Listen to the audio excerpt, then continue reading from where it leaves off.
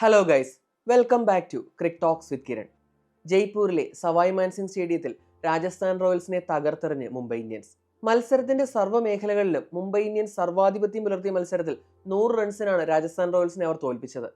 ഇതോടെ പോയിന്റ് ടേബിളിൽ ഒന്നാം സ്ഥാനത്തെത്താനും മുംബൈ ഇന്ത്യൻസിനായി. സാധാരണയായിട്ട് നമ്മളൊരു മാച്ച് റിവ്യൂ ചെയ്യുമ്പോൾ മത്സരത്തിന്റെ ഓരോ ഫേസും അനലൈസ് ചെയ്തിട്ട് ഏത് ഫേസാണ് മത്സരത്തിൽ ഏറ്റവും ക്രൂഷ്യൽ ആയത്, അതുപോലെ ഏത് ഫേസിലാണ് ഒരു ടീം പിന്നോട്ട് പോയതെന്നൊക്കെ നമ്മൾ പറയാറുണ്ട്. എന്നാൽ ഇന്നലത്തെ മത്സരത്തിന്റെ കാര്യത്തിൽ അതിന്റെ ഒന്നും ആവശ്യമില്ല. ഇനി ഏത് ഫേസ് എടുത്ത് നോക്കിയാലും അത് ലീഡ് ചെയ്തത് മുംബൈ ഇന്ത്യൻസ് ആണ്. സത്യം പറഞ്ഞാൽ മുംബൈ ഇന്ത്യൻസിന് ഈ പെർഫോമൻസ് കാണുമ്പോൾ 2020 അവരുടെ ക്യാമ്പയിനാണ് എനിക്ക് ഓർമ്മ വരുന്നത്. കാരണം അത്രയും ഡോമിനേറ്റിംഗ് ആയിട്ടാണ് അവർ 2020 കിരീടം നേടിയത്. ഇത്തവണയും മറ്റുള്ളൊരു ടീമിന്റെ ഒരു പോയിന്റ് ഓഫ് വ്യൂവിൽ നോക്കുമ്പോൾ വളരെ സ്കെയറിയാണ് മുംബൈ ഇന്ത്യൻസിന്റെ ക്യാമ്പയിൻ എന്ന് പറയുന്നത്. കാരണം ഇവർ തുടർച്ചയായിട്ട് 6ാമത്തെ ജയമാണ്. ഇപ്പോൾ സീസൺ തുടങ്ങിയപ്പോൾ സ്ഥിരമായിട്ട് സംഭവിക്കുന്നത് പോലെ തന്നെ അവരുടെ ഒരു സ്ലോ സ്റ്റാർട്ട് ആയിരുന്നു. 5 മത്സരങ്ങളിൽ 1 ജയം മാത്രമാണ് അവർക്ക് സ്വന്തമാക്കാനായത്. അപ്പോൾ പോയിന്റ് ടേബിളിന്റെ അവസാന സ്ഥാനത്തായിരുന്നു. എന്നാൽ ഇപ്പോൾ അവർ മികച്ച റൺ റേറ്റോടെ പോയിന്റ് ടേബിളിൽ 1ാം സ്ഥാനത്താണ്. തുടർച്ചയായിട്ടുള്ള 6 ജയങ്ങൾ. ഈ ടീം തന്നെ നോക്കിക്കഴിഞ്ഞാൽ എല്ലാവരും അവർക്ക് വേണ്ടി കോൺട്രിബ്യൂട്ട് ചെയ്യുന്നുണ്ട്. അപ്പോൾ ഇങ്ങനെ ഹൈ ഫ്ലൈയിങ് ആയിട്ട് മുന്നോട്ട് പോകുന്ന ഒരു യൂണിറ്റിനെ നമ്മൾ എങ്ങനെ തടുത്തു നിർത്തും? ഇപ്പോൾ നമ്മൾ നോക്കിക്കഴിഞ്ഞാൽ രോഹിത്തിൽ നിന്നായാലും റിക്കിൾട്ടണിൽ നിന്നാലും കോൺട്രിബ്യൂഷൻ വരുന്നുണ്ട്. അതുപോലെ വിൽജാക്സ് ആവട്ടെ ബാറ്റ് കൊണ്ടും ബോൾ കൊണ്ടും അത്യാവശ്യം കോൺട്രിബ്യൂട്ട് ചെയ്യുന്നുണ്ട്. സൂര്യകുമാർ യാദവ് തന്റെ ഫൈൻ ഫോമിലേക്ക് തിരികെ എത്തിക്കഴിഞ്ഞു. അതായത് ഇപ്പോൾ എല്ലാ മത്സരങ്ങളിലും ഈ സീസണിൽ അറ്റ്ലീസ്റ്റ് 25+ സ്കോർ ചെയ്യാൻ സൂര്യകുമാർ യാദവിന് കഴിഞ്ഞു. ഇപ്പോൾ അതൊരു റെക്കോർഡാണ്. റോബിൻ ഉത്തപ്പയാണ് നേരത്തെ ആ റെക്കോർഡ് ഹോൾഡ് ചെയ്തിരുന്നത്. തുടർച്ചയായിട്ട് ഏറ്റവും കൂടുതൽ മത്സരങ്ങളിൽ 25+ റൺസ് 10 മത്സരങ്ങളിൽ. സൂര്യകുമാർ യാദവ് ഇത് 11 മത്സരങ്ങളിലായി.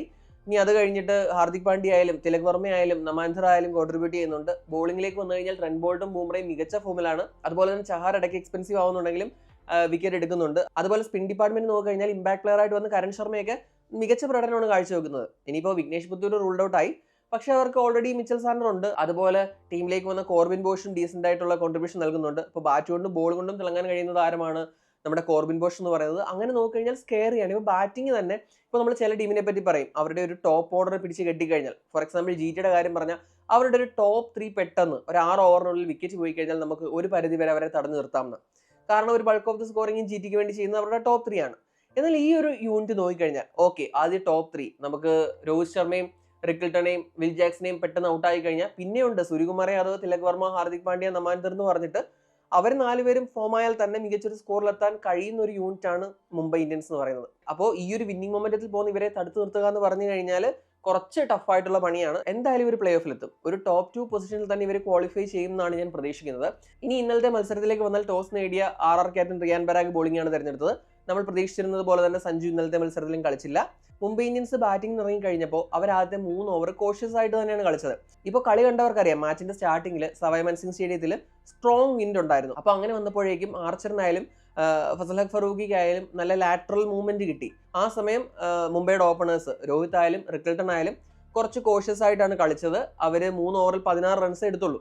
എന്നാൽ അത് കഴിഞ്ഞ് അടുത്ത 3 ഓവറിൽ അവർ മാക്സിമം അറ്റാക്ക് ചെയ്തു.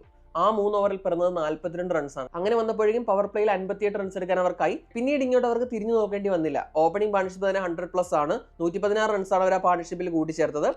റിക്കിൾട്ടൺ 38 പന്തിൽ 61, അതുപോലെ തന്നെ രോഹിത് ശർമ്മ 36 പന്തിൽ 53. പിന്നെ പവർ പ്ലേയിൽ LBW ഡെസിഷനിൽ നിന്ന് കഷ്ടിച്ചാണ് രോഹിത് രക്ഷപ്പെടുന്നത്. ഫസൽ ഫറൂഖിയുടെ പന്തിൽ അമ്പയർ ഔട്ട് വിളിച്ചു. രോഹിത് അവസാന സെക്കൻഡിലാണ് അത് റിവ്യൂ ചെയ്തത്. അത് പിച്ചിങ് ഔട്ട്സൈഡ് ലെഗ് ആയിരുന്നു. ഈ ഒരു ഇൻസിഡന്റിനെ സംബന്ധിച്ച് എക്സിലൊക്കെ വ്യാപകമായിട്ടുള്ള ചർച്ചകൾ നടന്നിരുന്നു. ഇത് പിച്ചിങ് ഔട്ട്സൈഡ് ലെഗ് അല്ല, അമ്പയർസ് കോൾ അല്ലേ, അപ്പോൾ അതുകൊണ്ട് വിക്കറ്റ് കൊടുക്കണമായിരുന്നു എന്നൊക്കെ ചിലർ വാദിക്കുന്നത് കണ്ടു. സത്യം പറഞ്ഞു കഴിഞ്ഞാൽ പിച്ചിങ് വരുമ്പോൾ, ബോളിന്റെ പിച്ചിങ് വരുമ്പോൾ അവിടെ അമ്പയർസ് കോൾ ഇല്ല. ഒന്നെങ്കിൽ പിച്ചിങ് ഇൻ ലൈൻ, അല്ലെങ്കിൽ ഔട്ട്സൈഡ് ലെഗ്, ഔട്ട്സൈഡ് ഓഫ്. ഈ 3 ഇത് മാത്രമേ ഉള്ളൂ. അവിടെ അമ്പയർസ് കോൾ എന്നൊരു കാര്യമേ വരുന്നില്ല. ഇപ്പോൾ ഔട്ട്സൈഡ് ഓഫ് ആണെങ്കിലും ഇൻ ലൈൻ ആണെങ്കിലും അത് പിന്നീട് ഇമ്പാക്റ്റും നമ്മുടെ ഹിറ്റിങ്ങും ഒരുപോലെ വന്നു കഴിഞ്ഞാൽ ഔട്ടായിരിക്കും. ഔട്ട്സൈഡ് ലെഗ് ആണെങ്കിൽ വിക്കറ്റ് കൊടുക്കില്ല. ഇപ്പോൾ അത് ശ്രദ്ധിച്ചാൽ മനസ്സിലാവും. ഒരു പോയിന്റ്, 1 മില്ലിമീറ്ററിന്റെ വ്യത്യാസമേ ഉള്ളൂ. ഒരു മില്ലിമീറ്റർ കൂടി ഇപ്പുറത്തായിരുന്നെങ്കിൽ അത് പിച്ചിങ് ഇൻ ലൈൻ ആയേനെ. പക്ഷേ RRന് നിർഭാഗ്യം എന്ന് പറയട്ടെ, അത് ഔട്ട്സൈഡ് ലെഗ് ആയിരുന്നു. അതുപോലെ തന്നെ രോഹിത് ശർമ്മയ്ക്ക് ഭാഗ്യമുണ്ടെന്ന് പറയാം. കാരണം അവസാന നിമിഷമാണ് അത് റിവ്യൂ കൊടുത്തത്. വെറുതെ ഒരു ചാൻസ് എടുത്ത് നോക്കിയതാണ്. പക്ഷെ എന്തായാലും അത് സക്സസ്ഫുൾ ആയി. പിന്നീട് ആ പാർട്ണർഷിപ്പ് ഫ്ലറിഷ് ചെയ്തു. അവർ ഒരു സെഞ്ചുറി പാർട്ണർഷിപ്പ് ബിൽഡ് ചെയ്യുകയും ചെയ്തു. പിന്നീട് ഇവരുടെ വിക്കറ്റ് കഴിഞ്ഞിട്ട് വന്ന സൂര്യകുമാർ യാദവ് ആയാലും ഹാർദിക് പാണ്ഡ്യ ആയാലും ആ ടീമിന് നല്ലൊരു ഫൈനൽ ഇമ്പച്ചസ് കൊടുത്തു. അപ്പോൾ അവരുടെ ഓപ്പണേഴ്സ് സെറ്റ് ചെയ്ത് വെച്ചൊരു പ്ലാറ്റ്ഫോം വെച്ചിട്ട് മികച്ചൊരു സ്കോറിലേക്ക് തങ്ങളുടെ ടീമിനെ എത്തിക്കാൻ സൂര്യകുമാർ യാദവിനും ഹാർദിക് പാണ്ഡ്യയ്ക്കുമായി.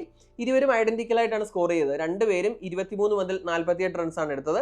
അങ്ങനെ വന്നപ്പോഴേക്കും 217 എന്നൊരു വലിയ സ്കോർ, ഒരു ഹൈ സ്കോർ ആണ് അവർ പോസ്റ്റ് ചെയ്തത്. മിഡിൽ ഫേസ് നോക്കിക്കഴിഞ്ഞാൽ 88 റൺസാണ് അവർ സ്കോർ ചെയ്തത്. ഒരു 9.77 റൺ റേറ്റിൽ 2 വിക്കറ്റ് നഷ്ടമായി. ഇനി ഫൈനൽ 5 ഓവേഴ്സ് വന്നാൽ, ഡെത്ത് ഓവേഴ്സ് വന്നു കഴിഞ്ഞാൽ മാരകമായിട്ടുള്ള എക്സ്പ്ലോസീവ് ബാറ്റിംഗ് ആയിരുന്നു. ആ ഒരു 5 ഓവറിൽ അവർ സ്കോർ ചെയ്ത് 71 റൺസാണ്. 14.2 അവരുടെ റൺ റേറ്റ് എന്ന് പറയുന്നത്. ഇനി ചേസിലേക്ക് വന്നു കഴിഞ്ഞപ്പോൾ ഇപ്പോൾ കഴിഞ്ഞ മത്സരത്തിൽ ഒരു 200+ ചേസ് ചെയ്യാൻ ആർആറിനെ സഹായിച്ചത് അവരുടെ ഓപ്പണിംഗ് പാർട്ണർഷിപ്പാണ്. അതിൽ തന്നെ വൈഭവ് സൂര്യവംശിയുടെ ഒരു റെക്കോർഡ് ബ്രേക്കിംഗ് ഇന്നിംഗ്സ് ഉണ്ടായിരുന്നു. എന്നാൽ ഇന്നലെ കഴിഞ്ഞ മത്സരത്തിലെ ആ ഒരു എക്സലൻസ് ആവർത്തിക്കാൻ വൈഭവിന് കഴിഞ്ഞില്ല. നേരിട്ട് 2ാം പന്തിൽ തന്നെ റൺസ് ഒന്നും എടുക്കാനാവാതെ വൈഭവ് മടങ്ങി. ഷഹാറിന്റെ പന്തിലാണ് വൈഭവ് ഔട്ടാവുന്നത്. അത് കഴിഞ്ഞ് തുടർച്ചയായിട്ട് മികച്ച ഫോമിൽ കളിച്ചുകൊണ്ടിരുന്ന ജയ്സ്വാൾ ബോൾട്ടിനെ 2 6 ഒക്കെ അടിച്ചെങ്കിലും ബോൾട്ട് റിവഞ്ച് ചെയ്തു. 6 പന്തിൽ 13 റൺസുമായിട്ട് ജയ്സ്വാൾ പുറത്തായി. പിന്നെ ഇങ്ങനെയുള്ള ഒരു വലിയ സ്കോർ ചേസ് ചെയ്യുമ്പോഴത്തെ പ്രശ്നം എന്ന് പറഞ്ഞു കഴിഞ്ഞാൽ ഇടയ്ക്ക് ഒരു ക്വയറ്റ് ഓവർ വന്നു കഴിഞ്ഞാൽ തന്നെ റിക്വയർഡ് റേറ്റ് വല്ലാതെ അങ്ങ് മോളിപ്പോവും. അപ്പോൾ ആ ഒരു പ്രഷർ എപ്പോഴും ഈ ഒരു ചേസിംഗ് ടീമിന് കാണും. ആ ഒരു പ്രഷറിൽ ഇവർ സക്കംബ് ചെയ്യുന്ന കാഴ്ചയാണ് നമ്മൾ കണ്ടത്. ഇപ്പോൾ പവർ പ്ലേ നോക്കിക്കഴിഞ്ഞാൽ മുംബൈ എടുത്ത റൺസിനേക്കാൾ ഒരു 4 റൺസ് അധികം എടുക്കാൻ രാജസ്ഥാന് കഴിഞ്ഞു. രാജസ്ഥാൻ 62 റൺസാണ് പവർ പ്ലേയിൽ സ്കോർ ചെയ്തത്. എന്നാൽ 5 വിക്കറ്റുകൾ നഷ്ടമായി. അതായത് മുംബൈയുടെ 1 വിക്കറ്റ് പോലും നഷ്ടമാവാത്ത ഫേസിലാണ് ആർആറിന് 5 വിക്കറ്റ് നഷ്ടമായത്. അതോടെ മത്സരം കൈവിട്ടു പോയി. പിന്നെ ഒരു ചെറുത്തുനിൽപ്പ് കാണിച്ചതെന്ന് പറഞ്ഞു കഴിഞ്ഞാൽ ജോഫ്ര ആർച്ചറാണ് 27 പന്തിൽ 30. പിന്നെ അല്ലാതെ ആർക്കും ഇപ്പം റിയാൻ പരാഗ് ആയാലും 8 പന്തിൽ 16, അതുപോലെ ധ്രുവ് ജൂറൽ 11 പന്തിൽ 11, അതുപോലെ ശുഭം ദുബെ 9 പന്തിൽ 15, ഇങ്ങനെയൊക്കെയുള്ള ചെറിയ ചെറിയ കോൺട്രിബ്യൂഷൻസേ വന്നുള്ളൂ. ആകപ്പാടെ ഞാൻ പറഞ്ഞ പോലെ ചെറുത്തുനിൽപ്പ് നടത്തിയത് ജോഫ്ര ആർച്ചറാണ്. ജോഫ്ര ആർച്ചറിന്റെ ആ ഒരു ഇന്നിംഗ്സ് കൊണ്ടാണ് ആർആറിന്റെ സ്കോർ 100 കടന്നത്. അങ്ങനെ വന്നപ്പോഴേക്കും അവർ 117 റൺസ് സ്കോർ ചെയ്തു. 100 റൺസിന്റെ ഒരു കമാൻഡിംഗ് ആയിട്ടുള്ള വിജയമാണ് മുംബൈ ഇന്ത്യൻസിന് കിട്ടിയത്. അതോടെ നെറ്റ് റൺ റേറ്റിൽ വളരെ മുന്നിലെത്താനും മുംബൈ ഇന്ത്യൻസിനായി. ഇനി മുംബൈ ഇന്ത്യൻസിന്റെ ബോളിംഗിന്റെ കാര്യം പറഞ്ഞു കഴിഞ്ഞാൽ ട്രെന്റ് ബോൾട്ട് 3 വിക്കറ്റ് എടുത്തു. ഇമ്പാക്ട് പ്ലെയർ ആയിട്ട് വന്ന കരൺ ശർമ്മ 3 വിക്കറ്റ് എടുത്തു. ബുംറ 2 വിക്കറ്റ് എടുത്തു. ദീപക് ചഹാറും ഹാർദിക് പാണ്ഡ്യയും ഓരോ വിക്കറ്റ് വീതം എടുത്തു. അപ്പോൾ 100 റൺസിന്റെ ഈ ഡോമിനേറ്റിംഗ് ജയത്തോടെ പോയിന്റ് ടേബിളിൽ മുംബൈ ഇന്ത്യൻസ് ഒന്നാമതെത്തി. ഈ ഒരു ബിഗ് വിൻ വന്നതോടുകൂടി നെറ്റ് റൺ റേറ്റിലും അവർ വളരെയധികം മുന്നിലാണ്. ഇനി രാജസ്ഥാന്റെ കാര്യം പറഞ്ഞു കഴിഞ്ഞാൽ ഈ സീസണിൽ നിന്ന് ഒഫീഷ്യലി എലിമിനേറ്റ് ആവുന്ന 2ാമത്തെ ടീമായിട്ട് അവർ മാറി. അവരുടെ ഒരു ഡിസപ്പോയിന്റിംഗ് ആയിട്ടുള്ള സീസൺ ആയിരുന്നു. ഇനി 3 മത്സരങ്ങൾ മാത്രമാണ് ബാക്കിയുള്ളത്. ഞാൻ ചെന്നൈ സൂപ്പർ കിങ്സിന്റെ കാര്യം പറഞ്ഞ പോലെ അടുത്ത സീസണിലേക്ക് വേണമെങ്കിൽ പറ്റിയൊരു കോമ്പിനേഷൻ ട്രൈ ഔട്ട് ചെയ്യാനുള്ള ഒരവസരമാണിത്. ആരെ നിലനിർത്തണം, ആരെ വിട്ടുകളയണം എന്നൊക്കെ തീരുമാനം എടുക്കാനുള്ള ഒരു എക്സ്പെരിമെന്റ് പോലെ 3 മത്സരങ്ങൾ ഉപയോഗിക്കാമെന്നേ ഉള്ളൂ. പിന്നെ ആർആറിന്റെ കാര്യം പറയുമ്പോൾ CSKയേക്കാൾ കുറച്ചുകൂടി കഷ്ടമാണ് കാര്യങ്ങൾ. കാരണം ഇവർ ജയിക്കാവുന്ന പല മത്സരങ്ങൾ ഇവർ ബോട്ടിൽ ചെയ്തതാണ്. ആ മത്സരങ്ങളൊക്കെ ഇവർ ജയിച്ചിരുന്നെങ്കിൽ ഇപ്പോഴും പ്ലേ ഓഫ് സാധ്യതയുള്ള ഒരു ടീമായിട്ട് ആർആർ മാറിയേനെ. അപ്പോൾ ഇനി അടുത്ത സീസണിൽ മികച്ച രീതിയിൽ തിരിച്ചു വരാൻ ശ്രമിക്കാം. അത് മാത്രമാണ് അവരുടെ മുന്നിലുള്ള വഴി. എന്താണ് ഈ മത്സരത്തെക്കുറിച്ചുള്ള നിങ്ങളുടെ അഭിപ്രായം? കമന്റ് ചെയ്യുക. അടുത്തൊരു വീഡിയോയുമായി ഉടൻ തന്നെ കാണാം. Thanks for watching crick talks with Kiran.